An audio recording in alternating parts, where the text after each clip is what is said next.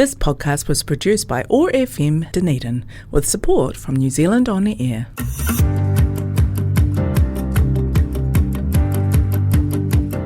Welcome to What's News Dunedin, brought to you by Casa Valencia, the radio show that spawned from the 23,000 plus strong local Ōtepoti Dunedin What's News Dunedin Facebook group.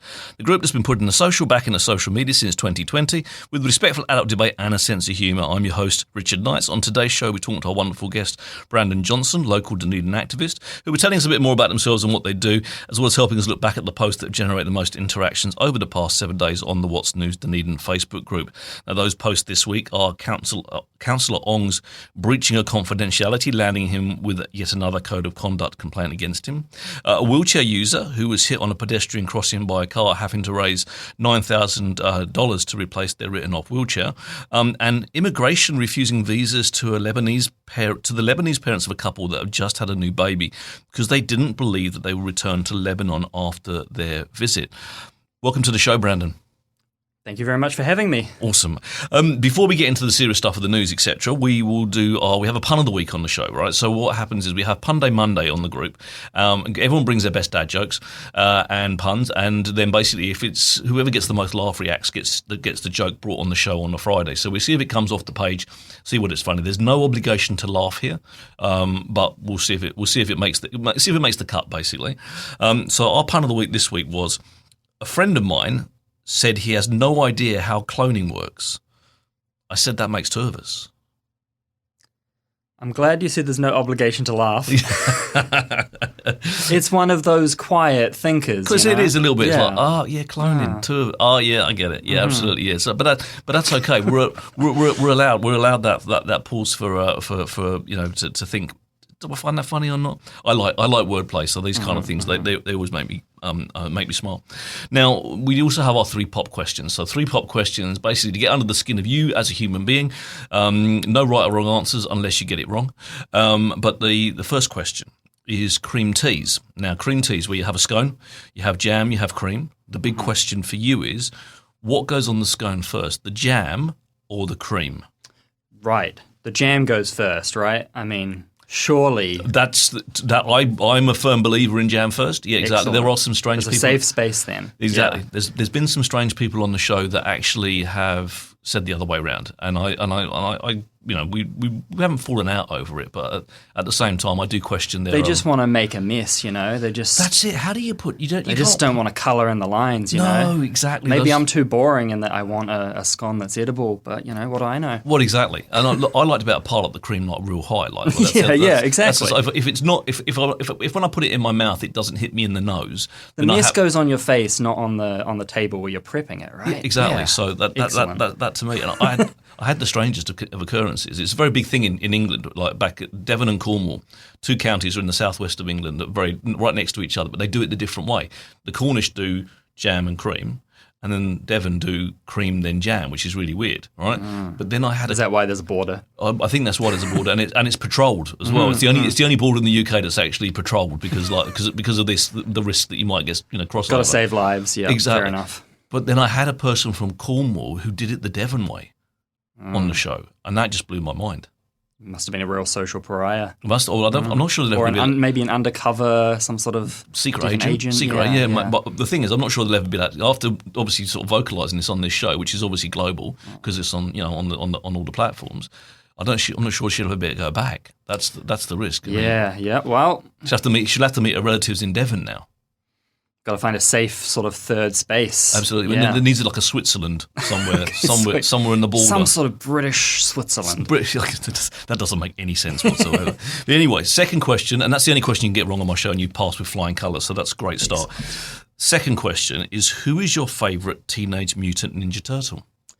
Whoa, that's taken me a ways back. It was my sort of primary school after TV show. I think is Michelangelo the sort of the loose unit. They're all cool. I mean, they're all cool. They all love pizza. Exactly. They all love hanging out with a rat in the sewer. I mean, exactly. There's no downsides on the old Teenage Mutant Ninja Turtles, but they're all Renaissance painters, right? Raphael, Leonardo, Michelangelo, and Donatello. So, but Mikey is a great choice. I think Kid Me loved Mikey. I think I'd have to go back and watch now and see see how I felt about them. But Yeah. that's little 6-year-old Brandon is all in for Mikey. That's totally fine. Now, third and final question, and this is a bit of a thinker rather than like, but feel to jump right in. If you've got the answer, you just go for it, right? Would you rather have the most comfortable mattress in the world or have all your clothes fit perfectly? I'm going to go with comfortable mattress. Yeah. I think if my clothes are kind of annoying, I can live with it. But if I don't have the beautiful beauty sleep that I need, I'm a much less nice person than I am now. Right. So I think this is kind of maybe a social utility thing. Yeah. If I don't have a comfy mattress, Yeah. it's just bad for everyone Just else. watch out, Yeah. ultimately. And I I'm think gonna take that mattress. I think I'd go the same because like I spend a lot of time trying to sleep. So like, the more comfortable mattress that I've got, I think the better for everyone. Like because like a grumpy rich is not. Is not someone that anyone wants to be hanging around. To be fair, even a happy rich, a lot of people don't want to hang around with me. But let's so if I'm I'm here, aren't I? Well, exactly, mate. Like, but you might halfway through the show, you'll be like, I've had enough. It's all the 20s you're tossing me under the table. Eh? Yeah. Exactly. Shh. Other guests will expect the same. They will come back to me for more money. So. I think I'm with you there on the comfortable mattress. I mean, there's nothing like a good night's sleep, like genuinely. Like I think when we've all had that. Sometimes we wake up in the morning and go, I've had the best sleep. You just have a fantastic day afterwards. Exactly. Because that's what it's all about. Cool. So those are the 3 pop questions. Well, let's go back and talk about the news. Now, I have to say, genuinely, I've said this for the last 6 weeks in a row, I'm genuinely bored of talking about this, but Councillor wrong. It seems every day, another thing, another story, another splash in the media. But the big one this week, and I knew it was coming because like the news got broken the week before that he'd sent an email or copied media into an email which he shouldn't have copied them into. And basically, when the email chain had gone beyond him and they'd kind of again excluded the media, he then copied the media back into the subsequent exchanges to actually kind of loop them back in when everyone else had kind of gone, hang on, this is confidential stuff, we need to exclude the media, and he's copied them back in again. So so I knew that there was going to be a code of conduct complaint coming because how could there not be? I mean, it is such a blatant. There's no grey areas here. It's such a blatant breach of his responsibilities as a councillor that it had to happen. And it did. It did. And the first thing that he did when he was sent a confidential email... Can I guess? Go on. Did he put it on Facebook?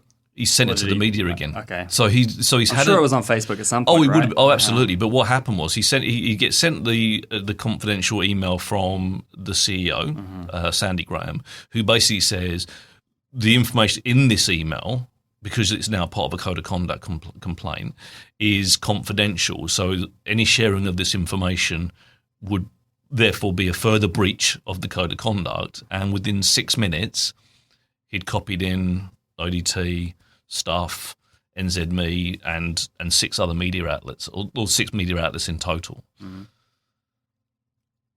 I'm just really struggling with it, right? Because a lot of councillors have sort of platformed transparency, right? And I'm all for transparency, right? Because I'm all for people knowing what their council is doing, knowing what the councillors are doing, knowing what the staff are doing. But there is always some elements of confidentiality that have to be maintained because of data privacy laws, full stop, employment privacy, commercial sensitivity. There are lots of reasons for things to be confidential, sometimes permanently, other times temporarily. And this notification about the hotel, whatever, that a company looking into the viability of a hotel at the stadium or near the stadium, was one of those things that would be temporarily confidential. Yeah.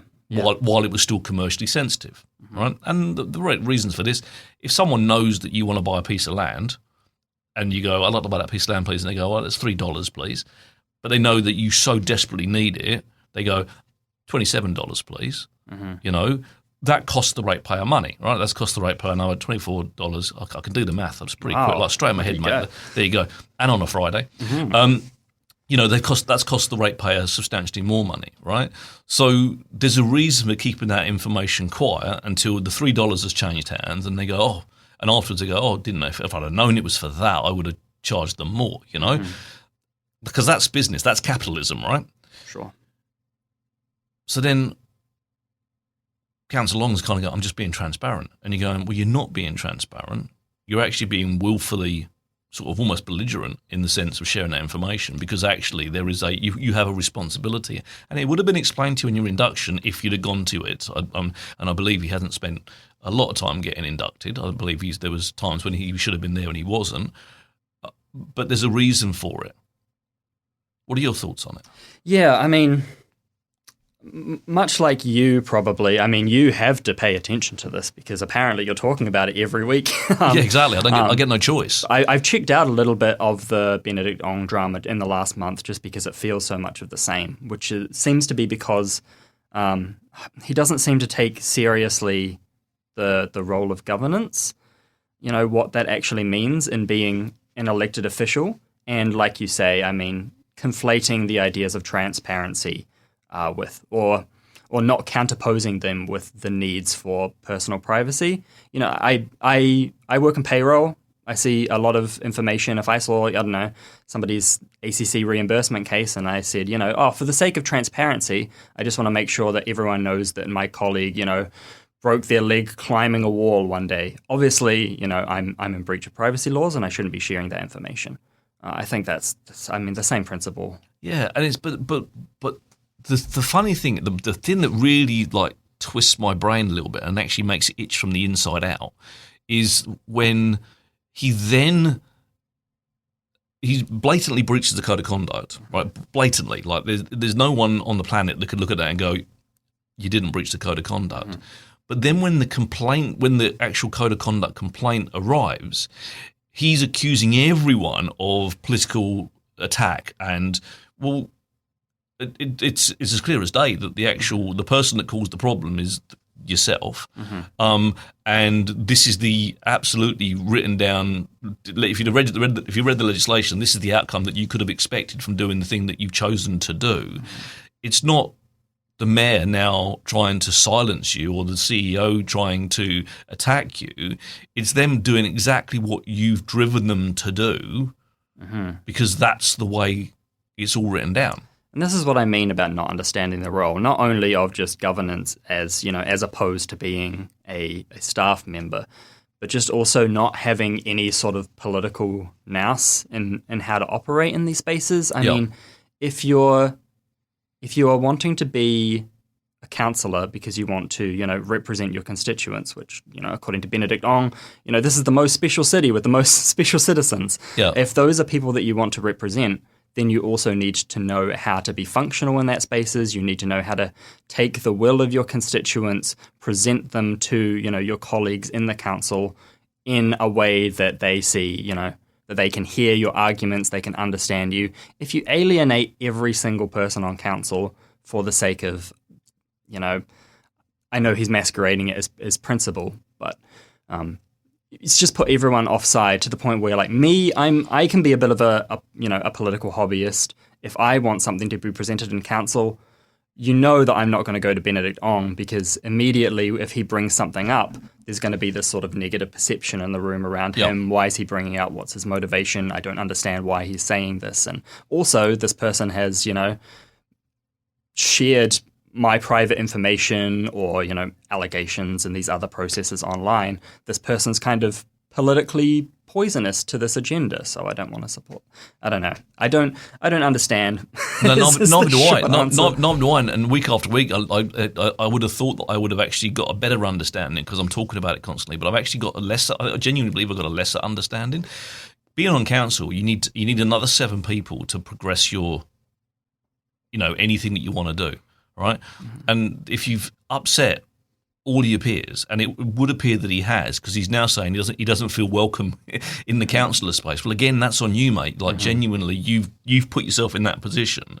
It's like going in and to the breakfast buffet and then sneezing in every single dish all the way along the line at the breakfast buffet, and then wondering why no one wants to eat the food and no one wants to sit with you when you're sat there with a plate of sneezed on scrambled eggs, you know? Yeah, and the thing is, like, on principle, I support the right of any councillor to, stand by their principles. They were elected, they were put there, but I don't think that this is a path to any sort of effective politics, and that means that I support the right for somebody to be deeply unpopular, even, disliked by the entirety of council. Again, on principle, if you're elected to represent your constituents, there's a reason the threshold for getting somebody out of council is so high, right? Yeah. But then I feel like maybe we also have a problem in that we have no right of recall. It's like the central government as well, right? If somebody comes in on promises and then decides to toss those promises aside, they can do whatever they want for 3 years. For example, they might, destroy pay equity under urgency, despite the fact that wasn't discussed in the public, But the public then has no option by which we can say, okay, we're going to go out and sort of organize maybe, a petition. There's no threshold to trigger a re-election by the population, It's like the citizenship. It's only those sort of central powers that can do that. So Benedict Ong either resigns or stays there. Yeah, although the one thing in central government is you can get sacked. Mm-hmm. You can get true. which is different to local government, which is strange. Obviously, you're right about that elected period. Mm-hmm. You could have we got this party in this coalition at the moment, and there's nothing we can do about it unless they called a snap election for themselves. But Luxon can get ousted. I mean, as the leader of the coalition, Winston Peters could again get pushed out as a leader. Like, they can sack their MPs that are seen to do things that aren't right, and you quite often see that where allegations come to light of things that are poor behaviour. Like the guy, I can't remember his name, but got drunk at one of these functions and told someone to get F off or something. But he got I can't remember his name, but he got sacked. In local government, you don't even have that option. That's true. You just will be extremely unpopular if you're extremely unpopular. And that's it. And then you wait till the next election. Yeah, it's crazy. Anyway, I'm sure I will be talking about this again next week because it's already kicking off with their stuff, for the news for next week's news cycle anyway. But and he's just turned around yesterday and said he wants to be here for decades. Don't at me on Facebook, Benedict Ong. Yeah. Perfect. I think he ran I did not enjoy his campaign, but I cannot knock the hustle of somebody who spends basically full time going out and talking to people and gets into council on that basis. It's just a shame that he doesn't seem willing to, take good faith advice. But No. I think that's my last note on Benedict Ong. I think the $44,000 he spent as well probably helped. Yeah, true. I think money does have a pretty big impact in elections. Hot take. Yeah, exactly. Who would have guessed, eh? Bigger conversation, maybe. Next topic of the week is the wheelchair user that was hit on a pedestrian crossing. I think it was in McAndrew Road, South Dunedin. Was literally flown in the air by the car. It got 3/4 of the way across the pedestrian crossing, got hit. There's been a number of accidents in that area, I believe, on those pedestrian crossings over the last little while. If it's the same one I'm thinking about on McAndrew Road, and then having to raise $9,000 to replace their own damaged wheelchair, and I was gobsmacked by this, and not for probably the reasons people think about, like. Thankfully, they weren't seriously hurt. They do have a genetic condition where injuries that they have sustained will take a lot longer to heal and recuperate. So there's a journey ahead of them here. But I can't believe two things. One, they're having to pay for their own wheelchair. Secondly, that the wheelchair itself is $9,000. Right? Yeah. I've and I'm not trying to suggest that they should be $900 or anything like that, and there was some talk on the page about Temu. Well, just go to Temu and get no, this is something you spend a lot of time in, right? You need to have a chip wheelchair that's fitted to you, etc., etc. But if you consider that the second-hand car that most people drive probably costs similar or less, which has airbags and safety features and all these man of other bits and pieces, it seems like there's just an opportunity to screw over our most vulnerable with something that you go, hey, well, you need it. That's supply and demand thing. You need it, therefore I'm going to charge you as much as I damn well like. And then the second bit that I was appalled by is that, A, it's not funded because they don't class their disability as a funding disability, but they need a wheelchair. And secondly, like they were talking about ACT wouldn't pick up it, or the insurance for the car wouldn't pick it. There's so many things that just literally blew my thinking and that, and I'm kind of going, they're getting screwed over for a start. Like it just does not seem fair that I can go and buy a car for 10 grand with all these safety features. All right, they need a wheelchair. They can't get funded for a wheelchair. Thankfully, they give a little pay, just generated the income that they need, which is awesome. Great community stuff, and that's brilliant. But it just seems like, you take our most vulnerable and then you literally punch down on them again and again and again and again until they almost want to just stay inside and live a completely non-existence. And that's just not right in my mind. Yeah. Thoughts? Yeah, I mean, this may or may not surprise you, but I think that is a pretty clear-cut result of free market neoliberalism, which, again, may or may not surprise you, but I think that's trash. I actually found out a couple of days ago that I don't know this person personally, but the person who got hit, our values have kind of led us to operate in similar spaces, so I've seen this person around. Very friendly, very social by the looks of it, has good support networks, which I think probably goes some way to explain the very thankfully successful crowdfunding project. But the fact that, a person's health, mobility, accessibility relies on having to ask other people for them to pitch in, we're relying on this personal charity rather than systems to actually help protect people and make sure that people can fully participate in society. And I think that's pretty heartbreaking, I mean, lots has been said about chronic underfunding of the health system, and this is a part of it. I mean, as a society, broadly speaking, surely the purpose of us existing is to make things better for people rather than to make sure that whoever owns things makes a lovely profit while people who get hit by cars in their wheelchair have to go, hat in hand for money. I don't know. The whole thing's really broken my heart, except for, that successful crowdfunding. And I think the other thing, what you're mentioning about the series of accidents that's happened, I mean, I think if a problem exists and it keeps happening over and over, then the problem is not, these people just need to think better or to do better or, let's call out another councillor candidate. I was at you were there. I was at OUSA recently for the council candidate panel, and we're talking about the safety project that's going on Albany Street and the redesign. And former councillor Andrew Wiley kept referring to the need for people to exercise their personal responsibility rather than to make a system level change. If he was making the argument that there are greater priorities, that's one thing, but to suggest that the solution to any problem is personal responsibility, as a politician, what you're saying is, I don't think that problem can be solved, or I don't want to solve it, or if only we had a magical wand and people were different. I don't know. I think from a systems thinking level, you need to see why that problem keeps happening and figure out how to fix it. Surely that's the role of our elected representatives, is to solve problems that are hurting people and that are making access more difficult.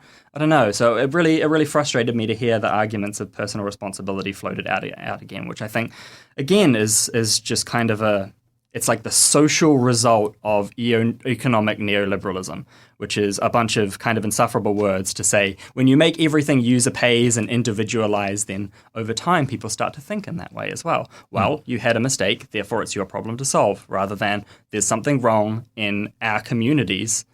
Well, how do we collectively fix that? Fair enough.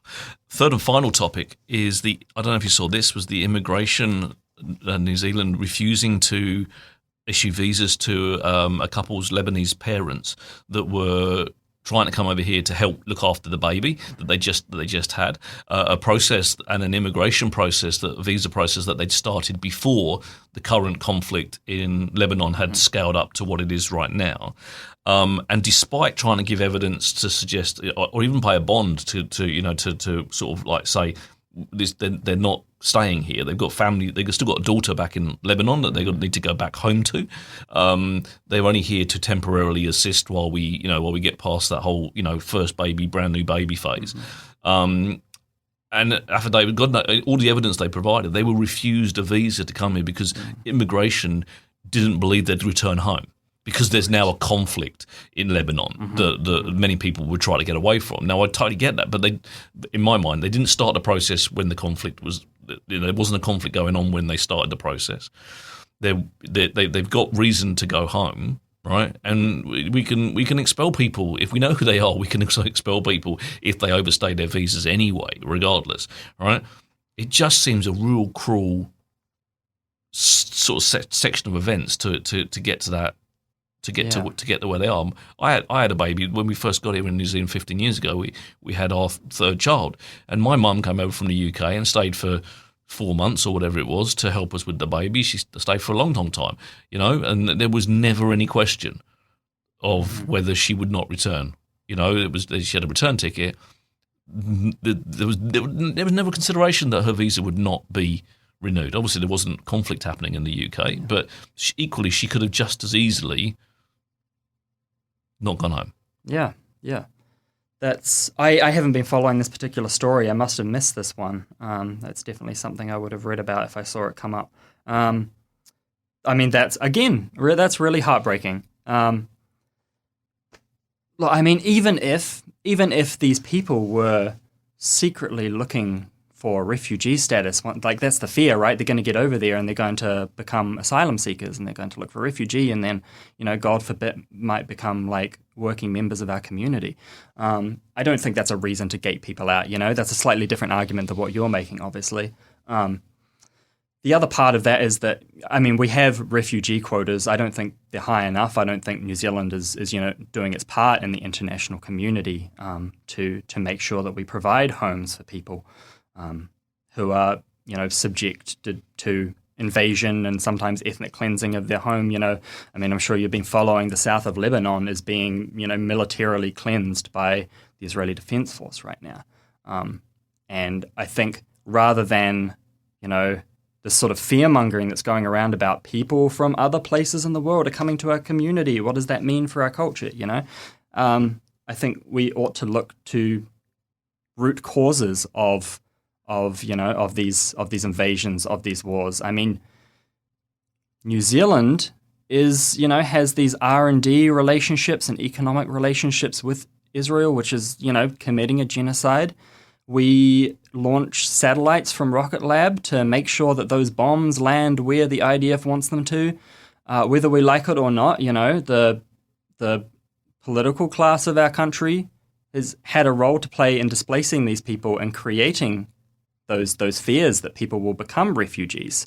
So I think for us as sort of ordinary people in the country, we should stand in solidarity with those people. We should invite them. We should stick up for them when, let's be honest, when they become racialized or, we see the way that, for example, historically Chinese people and today Indian people are sort of put forth as these stereotypes because they're poorer workers, right? Because they're working class, as opposed to the other side of the coin.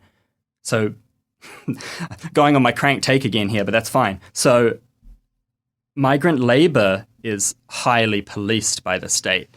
But on the other hand, migrant capital, that is to say, rich folks are allowed in on these golden visas. We have Peter Thiel, I would argue, one of the most evil people on the earth right now. He's got a friggin' mansion in Queenstown. I think that we should support ordinary people more than we should support these hyper wealthy, surveillance tech bros. I may have gone slightly off the topic. That's there, all right. But that's okay. That's what I do. We're going to come back to the topics that you want to talk about in a second. But before we do, we're going to get a very quick word from our wonderful sponsor.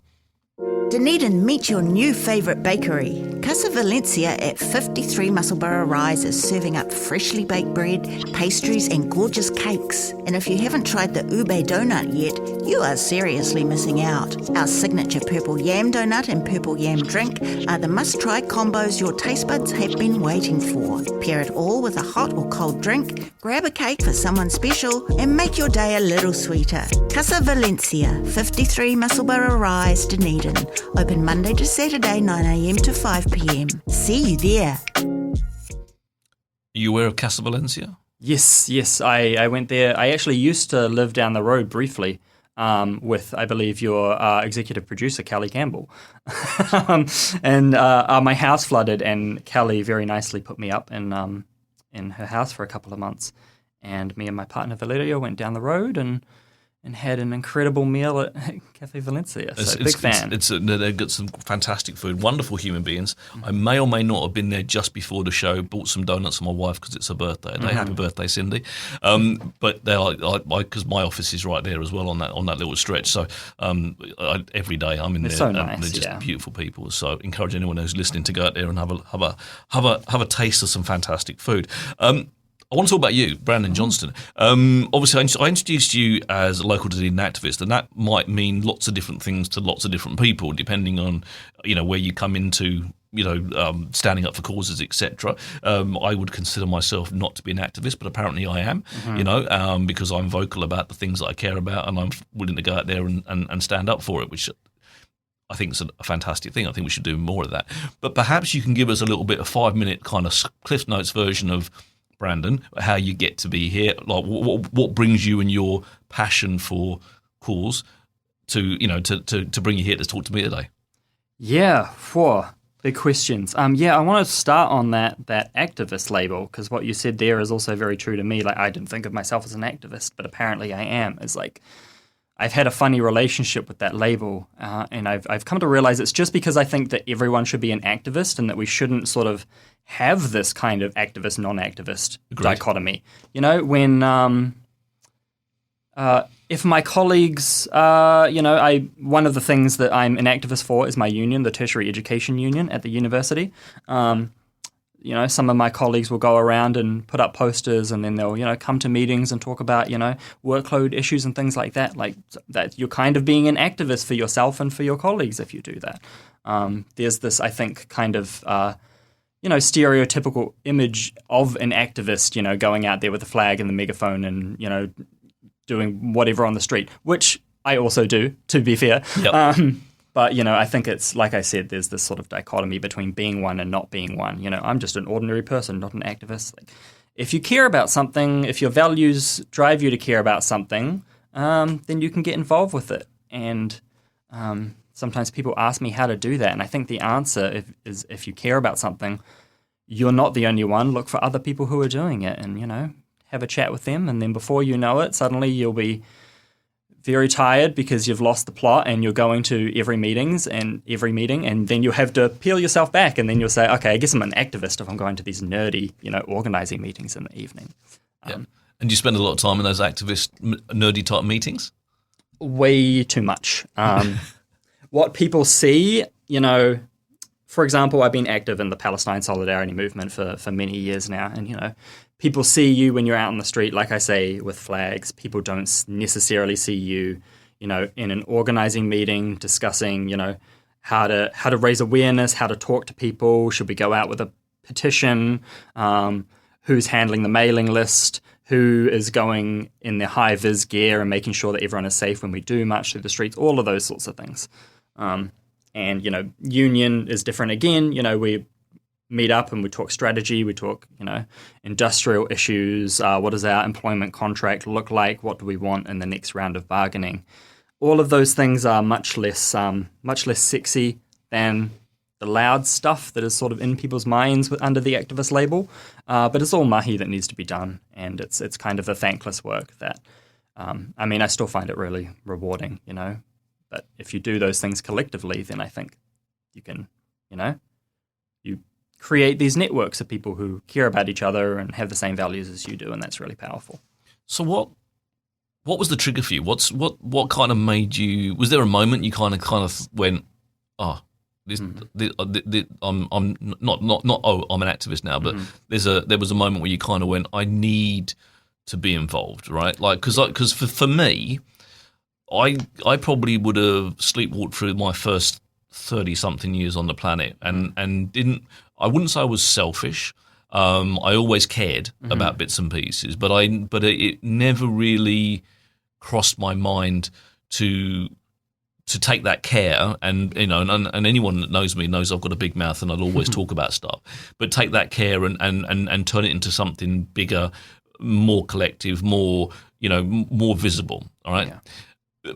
Probably in the last 5-10 years, that's changed for me, and I don't know what changed for me. I don't know if becoming a father made me care more. It certainly made me cry more. I've cried more as a dad than I ever did in the years before, as because emotionally I'm just a mess now. I'm the guy that the tissue advert comes on and I'm in floods, and my wife's looking at me going, what are you crying about? It's so sad. That's me, right? But I want to leave something behind for my tamariki, for my kapuna, right? That's what I want. That's kind of bubbled up in me over the last little while. Yeah. And kind of pushed me to where I'm making a stand for the things that I see value in. Was there what was it for you? Yeah, I mean that's really beautiful. First of all, just to genuinely hear what brought you to thinking about social issues and how they will affect the next generation through your family. We all come to our activist quote-unquote mahi in different ways. For me, I think it was a lot of, there were a few small steps. I was very much the same in that I watched things, I cared, I thought about myself as a person with a moral compass that I thought was respectable, but I didn't really turn that into anything actionable for a big part of my life, and that kind of became a conflict within myself. It's sort of like, what's different between me and somebody with much worse ideas who also doesn't do anything? I think one of the earlier political awakenings that I had was in high school watching, I think it's called Patu. It's a documentary about the Springbok tour in New Zealand and the organising against it. And some of the scenes in that film are really upsetting.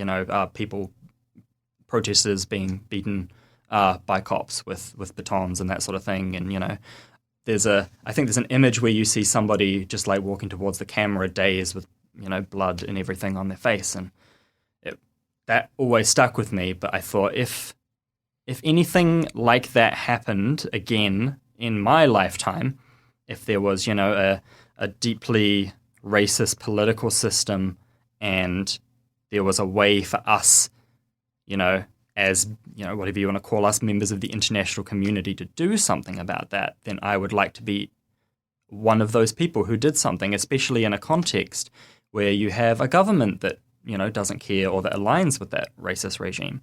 So that was really something that I think I mulled around over in my brain for a few years. And then when I eventually went to university, I started off in Canterbury, and then eventually I came to Otago University, and I just met a lot of different people from a lot of different walks of life. And, I had grown up in this sort of, middle class, upper middle class, maybe, well enough off, I'm trying to think of the right phrase. I never had to fear for my safety or that, my puku would be full of food. I had those levels of comfort, and then I would meet all of these people who didn't have that, and that kind of, again, expand my understanding of, it sounds silly to say, but just what people are and where people come from, and that people aren't, there aren't, I don't know, you're raised with this image of these poor people in poor communities who are some sort of caricature, and that's just not how human beings work.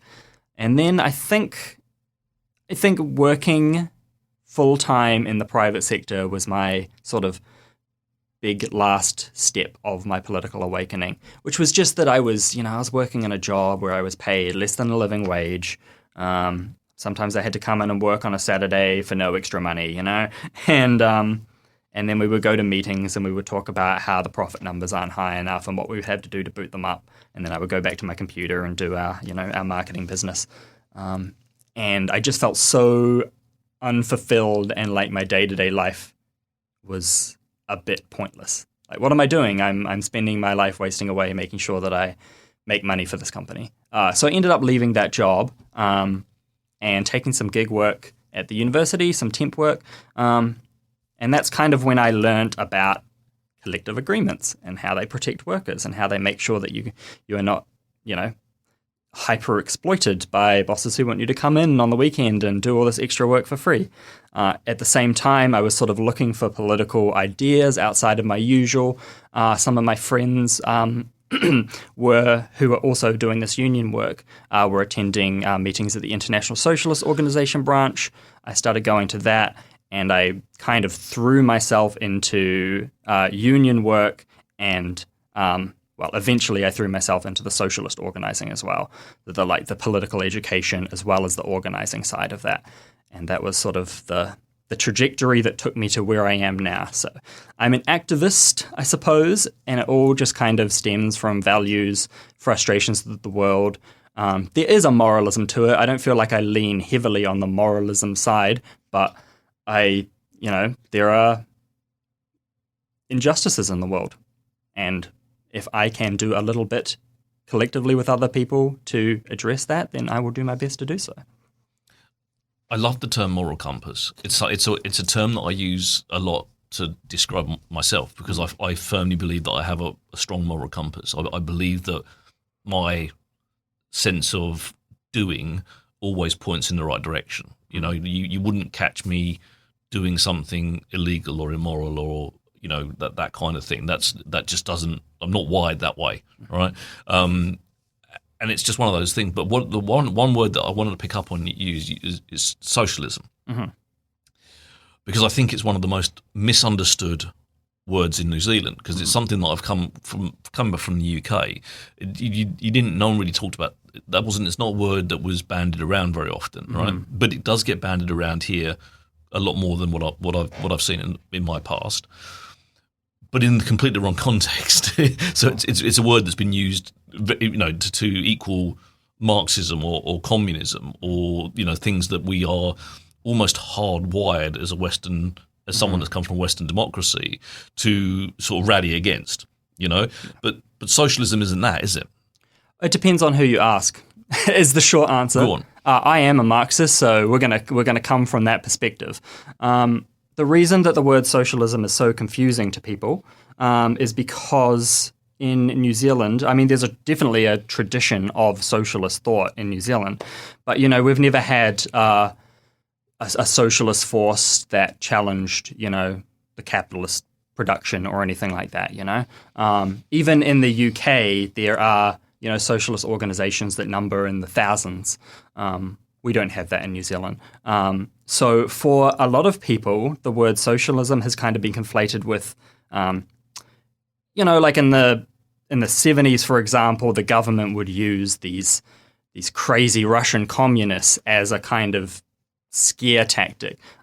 That's something that happened during the Springbok tour, right? Is that all of these activists were labeled as like secret Russian agents or something, secret Bolsheviks. And, there may have been some Bolsheviks, some ideological Marxists in those organizations. There probably were. The vast majority of those people came from, trade unions and churches and other things and wanted to build a social movement. So I think we have a real legacy of sort of Red Scare in this country that stops us being able to talk about these ideas specifically. So, Marxism is a theoretical framework that analyzes basically the history of classes, the way that classes are tied with certain systems of production.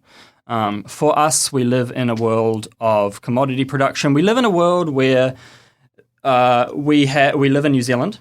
New Zealand has been, it was a settler colonial country. It's sort of coalesced into, market capitalism today. That's been around for less than 200 years. Every single person listening to this has been around for less time than that. So we exist in the conditions that we understand. Capitalism as a world system has only been around, as a system broadly, has only been around for about 300 years. But it's hard for us to sort of look at that with a broader scope because our minds are wired to the way we exist. So for me, socialism is equivalent to, workers' control, workers' rights, the ability for us to, bring democracy into our workplaces in the same way that we have, a level of democracy over a political system. I was referring to that old job before. I had no voice there. I had no, control over what I was creating. It was because I don't own anything. All I own is my time and my ability to do labor for that company. So I would say, please pay me a wage, pay me a salary.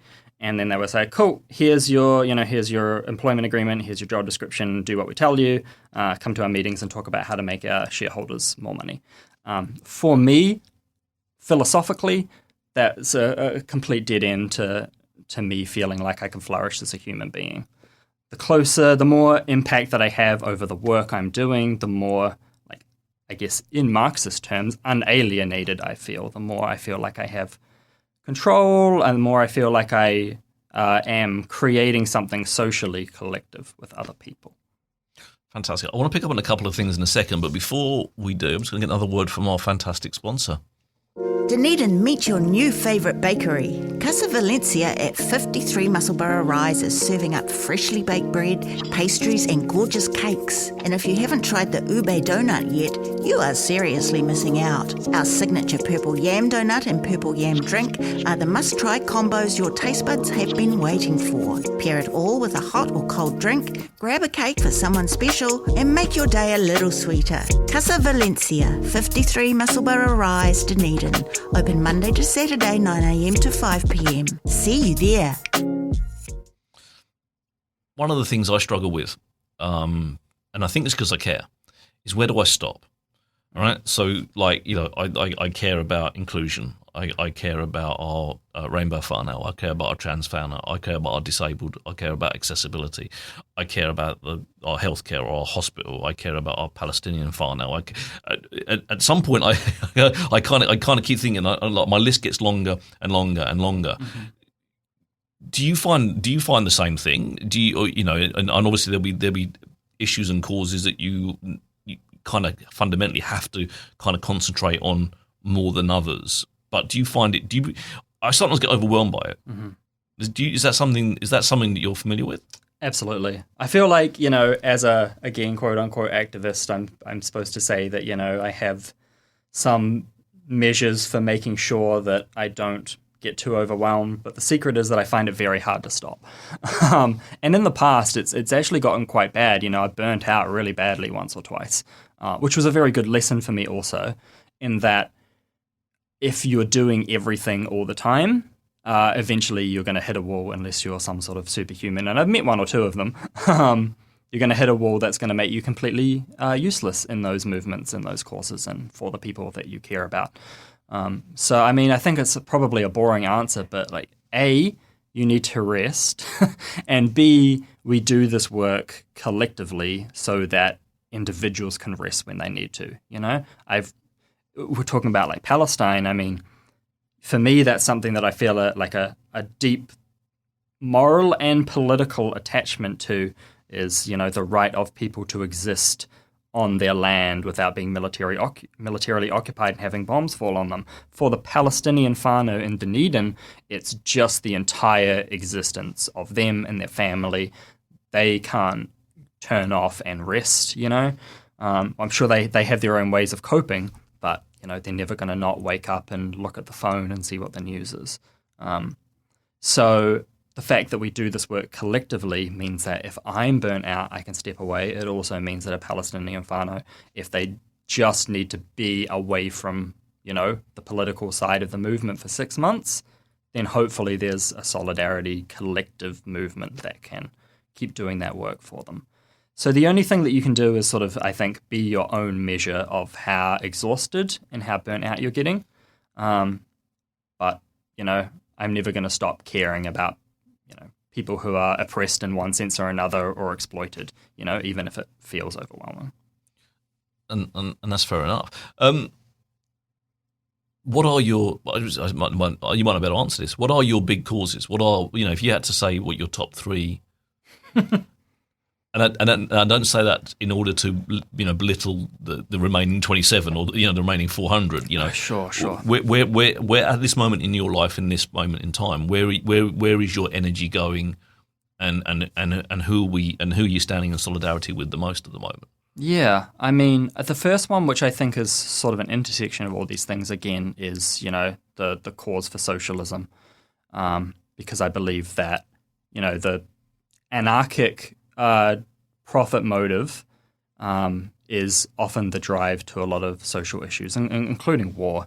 I won't get into that theoretical deep dive right now, but I guess the other one, if I'm thinking of what am I sort of dedicated to in terms of social movements, Palestine is the big one, and there are a couple of reasons for that. One is just that often you'll see this, I mean, especially online, by people who are just trying to get a rise out of you, is like, why are you talking about Palestine and not X other bad thing that is happening? The whole whataboutism thing. The whataboutism, exactly. It's like, firstly, maybe I do care about that. You don't know. Maybe I am doing work around that and you don't know. And the other thing is that I work full-time, like you probably do, this other random person. I only have so many hours in a day. I can't be all things to all people all the time. And this other person knows that, and they're just trying to make a silly argument. But for one reason or another, Palestine in around 2019, I think, was something that I just dived into and committed myself to, to understanding the history of and the struggle today. The other reason that I really dedicate myself to that is because I really do think that, Palestine is the cause of the world and needs our attention. It is the intersection of feminist rights. We've seen women giving birth in rubble and not having access to menstrual products and all of that sort of horrible thing. It's humanitarian, generally speaking, like people are being starved. It's anti-imperialist. The US supports Israel there because it needs sort of a state-sized military base for its interests in the Middle East. These are things that US presidents have said. This isn't just my analysis, There's a famous speech from Biden, I think in the 80s, where he said, if Israel didn't exist, we would have to create one to put out our interest there. This might seem like a strange, spicy one for me to throw in, but it's also about the fight against anti-Semitism, and that I believe that Jewish people, wherever they exist, should be safe, should be full participants in our community. And while a fully armed genocidal state is pretending that it is the voice of all Jewishness around the world, that's really gonna. There are a lot of very politically confused people around there who are going to tie the idea of Jewishness and that faith and that people to a military project, which I think is really scary. So I think for any of us who are also, in the Palestine solidarity movement, we also need to educate ourselves and fight actively against anti-Semitism at the same time. So it's all of these things rolled in together. So that's kind of why I felt that it's been so important.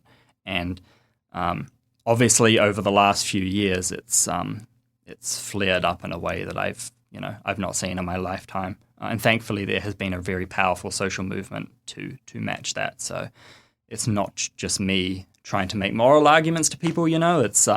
It's masses of people collectively going out and saying, like, I see the suffering that is happening. Hopefully, we are collectively teaching each other as to why this is happening. And trying to find any avenues to reduce the power of those military powers that are making life terrible for people. And that's something I've noticed, actually. Like, I don't know if it's because I've just started to look a bit outside my own sort of sphere of caring, is that actually I don't remember, I've been on the planet 54 years coming up, but I don't remember that kind of social thing happening in my past. Like, like people getting behind a cause. I mean, maybe apartheid in South Africa would be the last kind of time I can recall that kind of happening, but Palestine has been one of those things, hasn't it, of recent years, and I think that's a good thing. I don't see a solution to it still. That's the worry for me, is that I'm a solutions person. I like to see an answer and an end game. But I think we can't. I'm encouraged by the fact that people haven't stopped. Yeah. I'm also a solutions person.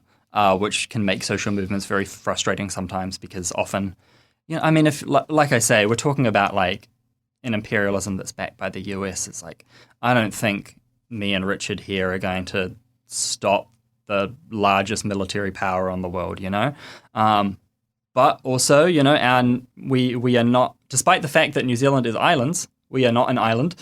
We are connected by 1,000 threads to the rest of the world, and so is our government. And people like to talk about the anti-apartheid movement and the anti-nuclear movement and all of those things.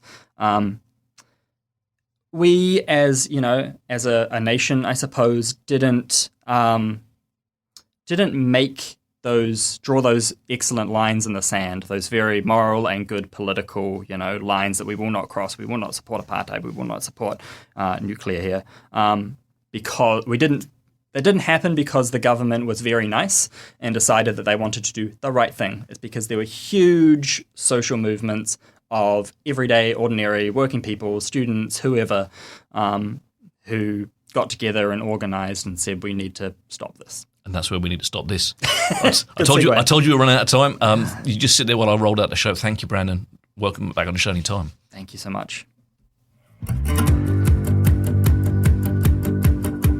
Well, that's a wrap for this week. Thank you for tuning in. I've been Richard Knights, and you've all been wonderful. Remember, if you're looking for robust, respectful adult debate about all things local and further afield, and a welcoming online community doesn't take itself too seriously, come and find What's News Dunedin on Facebook and join our fun. On next week's show, we'll be talking to Rinad Tamimi, Between Olive Trees and Cold Seas. Look forward to seeing you next Friday at 12 on OAR FM. And if you want to listen to the show again and share it with your friends, you can find the podcast at oar.org.nz or even on Spotify, YouTube, or your favourite podcast provider.